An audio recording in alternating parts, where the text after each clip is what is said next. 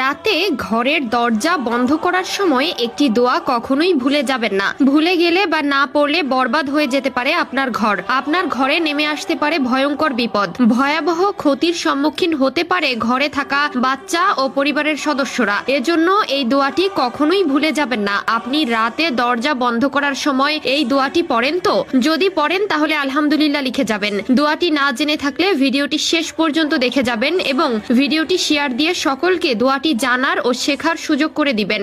আপনার মাধ্যমে যদি একজন ব্যক্তিও দোয়াটি শিখে নেয় তাহলে আল্লাহ তাআলা আপনাকেও সওয়াব দান করবেন আলহামদুলিল্লাহ। হযরত আলী রাদিয়াল্লাহু তাআলা আনহু বলেন, আমি রাসূলুল্লাহ সাল্লাল্লাহু আলাইহি ওয়াসাল্লামের কাছ থেকে শুনেছি, যখন মানুষ নিজের ঘরের দরজা অথবা পর্দা বন্ধ করে দেয় তখন সে একটি দোয়া যদি না পড়ে তাহলে রাত্রিবেলায় তার ঘরে খারাপ এবং দুষ্ট জিন বিচরণ করে, ঘরে চোর ডাকাতও ঢুকতে পারে। ঘরকে নিরাপদ রাখতে এই দোয়াটি অবশ্যই পড়তে হবে। হযরত আলী রাদিয়াল্লাহু তাআলা আনহু কিছু মানুষের সাথে বিভিন্ন মাসাইল নিয়ে আলোচনা করছিলেন, আর ঠিক তখন এক ব্যক্তি এসে জিজ্ঞাসা করতে লাগলো, ইয়া আলী, মানুষের মধ্যে এমন কোনো ভুল কি এখনো দেখা যাচ্ছে যেটি দেখতে অনেক স্বাভাবিক লাগে কিন্তু সে ভুলের জন্য মানুষের ঘর বরবাদ হয়ে যায়? এই প্রশ্নটি সম্পন্ন করতে না করতেই আলী রাদিয়াল্লাহু তাআলা আনহু ইরশাদ করেন, আমি আল্লাহর রাসূল সাল্লাল্লাহু আলাইহি ওয়াসাল্লামের কাছ থেকে শুনেছি, যখন মানুষ নিজের ঘরের দরজা অথবা পর্দা বন্ধ করে দেয় রাতে ঘুমানোর আগে, সেই সময় আল্লাহর নাম নেওয়া ভুলে যায়। মনে রাখবেন, যখন রাতে ঘরের দরজা অথবা পর্দা বন্ধ করবেন তখন আল্লাহর নাম নিয়ে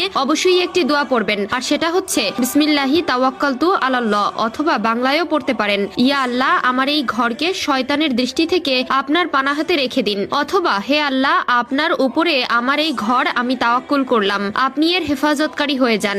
যে ঘরের মানুষ এমন দোয়া করে না সে ঘরে রাত্রিবেলাতে শয়তান জিন ঘোরাফেরা করে এবং এর ফলে সে ঘরের মধ্যে অভাব এবং পেরেশানি আচ্ছন্ন হয়ে পড়ে। তাই আলী রাদিয়াল্লাহু তাআলা আনহু ইরশাদ করেন, তোমরা রাতের বেলায় এই দোয়াটি করে তারপর তোমাদের ঘরের দরজা বন্ধ করবে অথবা পর্দা বন্ধ করে দেবে। এর ফলে তোমাদের ঘরে দুষ্টু জিন বা চোর ডাকাত প্রবেশ করতে পারবে না এবং তার সঙ্গে সঙ্গে ফেরেশতারা ঘর পাহারা দিবে, কেননা এই দোয়াটি পড়ার ফলে মহান আল্লাহ তাআলার জিম্মায় চলে যাবে। তোমার ঘর অন্ধকার রাত্রিতে যখন মানুষের চোখের সামনে কিছু দেখে না তখন আল্লাহ তাআলা তোমার ঘরের হেফাজতকারী হয়ে যাবে। এছাড়াও রাসূলুল্লাহ সাল্লাল্লাহু আলাইহি ওয়াসাল্লাম ইরশাদ করেছেন, যখন রাত অন্ধকারে আচ্ছন্ন হয়ে যাবে অর্থাৎ যখন মাগরিবের পর হয়ে যাবে তখন তোমরা তোমাদের বাচ্চাদেরকে নিজের ঘরে রাখবে, কেননা সেই সময় শয়তান এবং জিনেরা ছড়িয়ে পড়ে। পরবর্তীতে তোমরা বিশেষ প্রয়োজনে তোমাদের বাচ্চাদের এশার পর কিছু সময়ের জন্য যেতে দিতে পারো এবং ঘরের দরজা যখন বন্ধ করবে বিসমিল্লাহ বলে বন্ধ করবে, কেননা যে ঘরের দরজাকে বিসমিল্লাহ বলে বন্ধ করা হয় সে ঘরের দরজাকে পৃথিবীর কোনো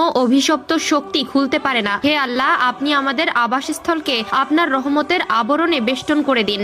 রাতে ঘরের দরজা বন্ধ করার সময় সকলকে এই দোয়াটি নিয়মিত পাঠ করার তৌফিক দান করুন, আমিন।